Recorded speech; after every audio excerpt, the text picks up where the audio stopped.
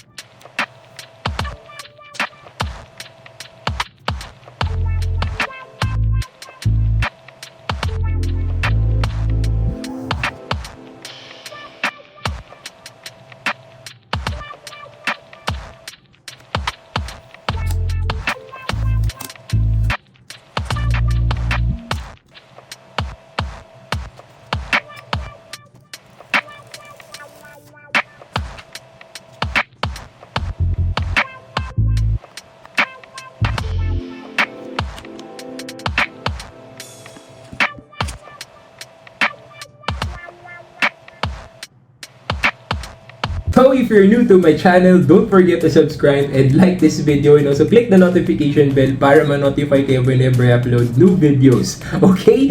So here's the iPhone 14 Pro Max. Kung papasin ninyo, diligyan natin siya kaagad ng case. Yung case pala na gamit ko rito is yung SpyGen or SpyGen na case.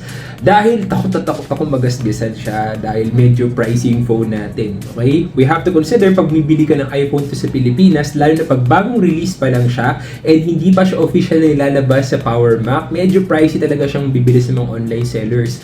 Plus, yung kanyang capacity is 512 GB. Meron tayong 128, meron tayong 256, 512 GB, and meron din tayong 1 terabyte. Medyo pricey kasi yung 1 terabyte kaya nag-pass na lang din muna tayo. And yung color pala na pinili ko is yung color ng gold. So meron din siyang 4 colors for the new iPhone this year. Meron tayong silver, space black, and yung kanilang bagong color which is yung deep purple. Actually, hindi ko talaga gusto yung color ng deep purple personally dahil medyo pabago-bago yung isip ko pagdating sa mga cases. Ako kasi klase ng tao na pag bumili ng phone, medyo bili ng mga cases. Ganon din ba kayo? Kaya medyo talaga no for the deep purple, go for gold. Ang tanong ng karamihan, worth it nga bang upgrade itong 14 Pro Max kung manggagaling ka sa 13 Pro Max? So before natin yung sagutin, ano nga ba yung mga nakita ko na naging pagbabago nitong 14 Pro Max from my previous iPhone? So first na nakita natin na malaking pagbabago is yung kanyang front screen dahil meron na siyang pin shape na cutout. Hindi na po siya notch, which is sobrang laking improvement nito para sa mga tao na gumagamit ng iPhone na nasanay sa mga notch. And ang maganda pa dyan, mas pinaganda pa siya ng iPhone or ng Apple dahil sa pag-apply nila ng tinatawag natin na dynamic island. Sa paggamit ko ng phone na to for almost an hour, medyo hindi pa nag-sink in sa akin yung dynamic island kasi siguro hindi ko pa nakikita yung mga applications na talagang magpa-pop up yung dynamic island. So more of parang normal pa sa akin or parang hindi pa talaga nag-sink in sa ganoon talaga pag nag-vlog eh. Pagdating naman sa likod ng phone, parang wala siyang pinagbago. Sige, remove nga natin tong case. Ayan. So sa likod ng phone, parang wala siyang pinagbago from the previous iPhone.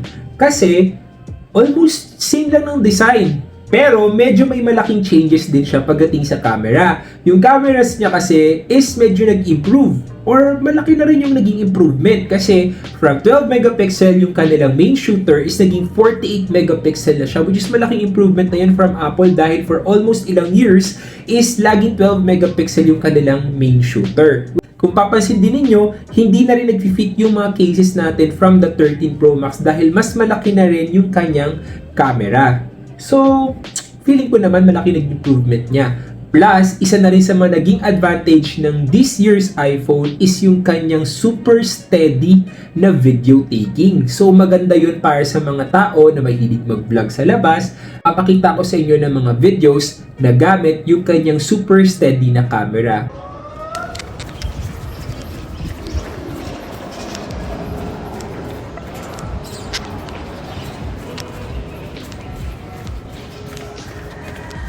Isa rin sa malaking naging pagbabago ng this year's iPhone is yung tinatawag natin na AOD. Meron na tayong AOD or Always On Display. So ayan, bigyan ko kayo ng itsura.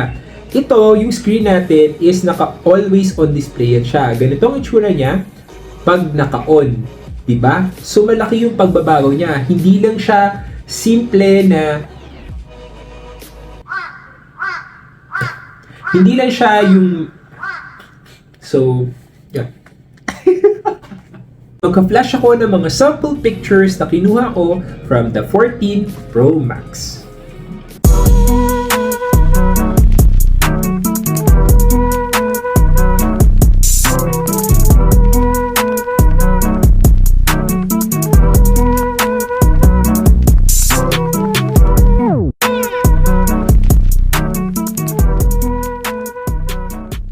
So, balik tayo sa tanong ng bayan.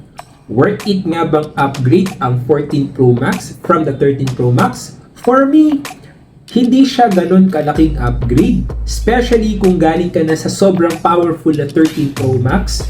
And if galing ka naman sa mga lower models ng iPhone like yung iPhone XR, iPhone X, iPhone XS Max, feeling ko, mas magiging malaking upgrade yun para sa inyo. Considering na meron na siyang 3 camera na setup compared with those previous iPhones na nabanggit ko, and yung speed niya is mas mabilis na talaga considering na meron na nga itong A16 na Bionic chip or na processor dahil yun ang pinakamabilis na processor right now. Even sa mga Android phones, hindi niya pa kaya tapatan talaga yun. Iba talaga kasi ang Apple pagdating sa paggawa ng processor for their phones. Kaya talaga marami talaga ang gusto ang iPhone dahil hindi talaga siya agad-agad bumabagal. Okay? So, yun lang. Thank you for watching this video.